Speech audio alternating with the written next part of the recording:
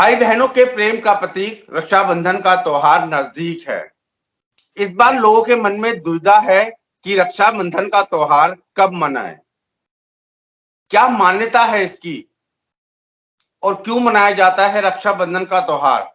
इस विषय पर बात करने के लिए हमने आमंत्रित किया है कालका जी के महंत सुरेंद्र नाथ अवधूत जी को।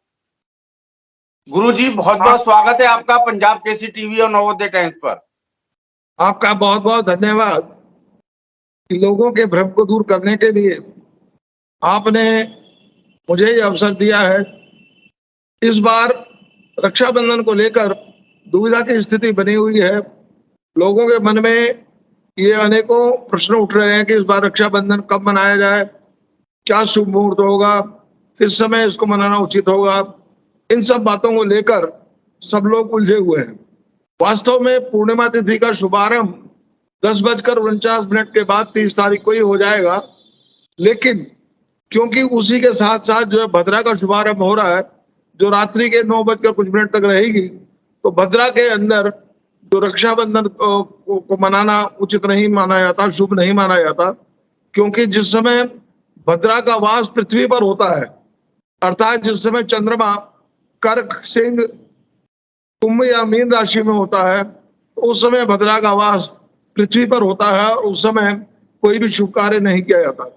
वैसे ये पर्व पौराणिक काल से चला आ रहा है।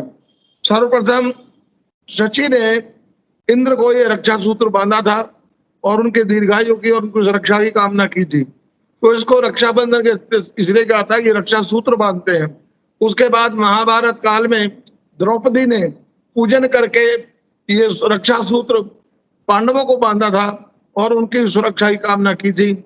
आज अब ये बहन भाई के त्योहार के रूप में प्रसिद्ध हो गया है, इसलिए बहनें अपने भाई को ये रक्षा सूत्र बांधती हैं और उनके दीर्घायु की कामना करती हैं और उनसे प्रार्थना करते हैं कि वो समय पड़ने पर उनकी रक्षा करें। इसी रूप में ये रक्षाबंधन का त्योहार मनाया जाता है। एक चीज आपसे जानना चाहूंगा, इस बार जो दुविधा है कि 30 को मनाए या 31 को मनाए, क्या शुभ मुहूर्त है, किस समय राखी बांधे। मैंने आपको इसलिए कहा कि 30 तारीख को भद्रा होने के कारण रक्षाबंधन नहीं मनाया जाएगा। सूर्योदय के समय 31 तारीख को पूर्णिमा तिथि है, वो जो 7:15 तक है। उसके बाद पूरे दिन जो है पूर्णिमा तिथि बनाई जाएगी और पूरे दिन जो है रक्षाबंधन का त्योहार जो बनाया जा सकता है। इसलिए प्रातःकाल 6 बजे से 7:37 तक और उसके बाद 12 बजे के बाद से 3 बजे तक शुभ मुहूर्त है। इस बीच में रक्षाबंधन को बनाना बहुत ही शुभ रहेगा और कल्याणकारी होगा। गुरुजी, एक चीज आपसे जानना चाहेंगे कि हर साल ये पूर्णिमा को ही क्यों मनाया जाता है त्योहार। देखिए, पूर्णिमा जो है पूर्णा तिथि है, तो किसी भी कार्य की पूर्णता के लिए इस तिथि का चयन किया जाता है। इसीलिए इस दृष्टि से कि जो भी हमारी बहनें कामनाएं करें वो पूर्ण हो, इसीलिए इसको पूर्णिमा तिथि के दिन मनाया जाता है। गुरुजी, रक्षाबंधन के पीछे मान्यता क्या है। उसके एक ही भाव है, क्योंकि रक्षाबंधन को रक्षा सूत्र भी कहते हैं। पूर्व काल में यजमान को बांधा जाता था ब्राह्मण के द्वारा, उसके बाद राजा को भी बांधा जाता था। उनसे ये उम्मीद की जाती थी कि वो जो है उनकी रक्षा करेंगे। इसलिए आज जो है त्योहार बहन भाई के प्रेम के रूप में और भाई और बहन का त्योहार बनकर रह गया है। तो बहनें अपने भाइयों के लिए उनके स्वस्थ रहने की, दीर्घायु की कामना करती हैं और उनको रक्षा सूत्र बांधती हैं और उसके बदले में भाई जो है उनको कुछ पुरस्कार या कोई राशि या कुछ भेंट करते हैं और ये वचन देते हैं कि जब भी आवश्यकता पड़ेगी तो मैं तुम्हारी रक्षा करूंगा। गुरुजी, इस बार लेकर लोगों के मन में दुविधा थी, आपने दूर की, लेकिन रक्षाबंधन का तो त्योहार है, बहनें भाइयों के हाथ पर राखी बांधती हैं। इसके अलावा किस भगवान की पूजा करनी है, क्या कुछ मंत्र उच्चारण होना चाहिए, कुछ आप बता सके हमारे दर्शकों को।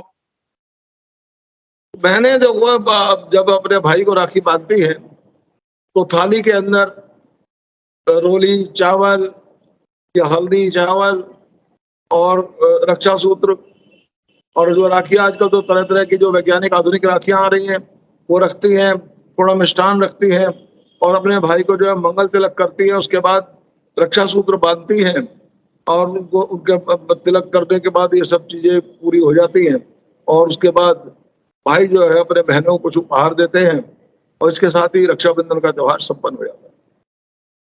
क्या इस दिन किसी भगवान की पूजा करनी चाहिए? देखिए, भगवान की पूजा तो रोज ही करनी चाहिए। वैसे तो इस दिन विशेष कामना करने के लिए हम कह सकते हैं भगवान विष्णु की या भगवान शिव की आराधना करें, क्योंकि श्रावण मास शिव की उपासना के लिए विशेष महत्व रखता है। तो भगवान शिव का ध्यान करें, उनका पूजा करें और उसके बाद अब वो वैसे भी जो महाकाल माने जाते हैं, तो अपने भाइयों की रक्षा के लिए उनसे प्रार्थना करेंगे तो निश्चित रूप से भगवान कृपा करके अपने भाइयों की रक्षा करने का जो है वचन वो देते हैं वो होगा। गुरुजी, आपने समय निकाला पंजाब केसरी टीवी और नवोदय टाइम्स के लिए, बहुत बहुत आभार आपका। एक अंतिम सवाल है मेरा आपसे, जो भाई उपहार देते हैं अपनी बहनों को, क्या इसके पीछे भी कोई मान्यता है?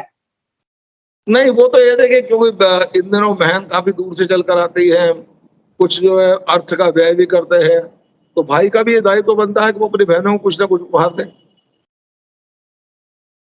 बहुत बहुत शुक्रिया गुरुजी, पंजाब केसरी टीवी और नवोदय टाइम्स से बातचीत करने के लिए।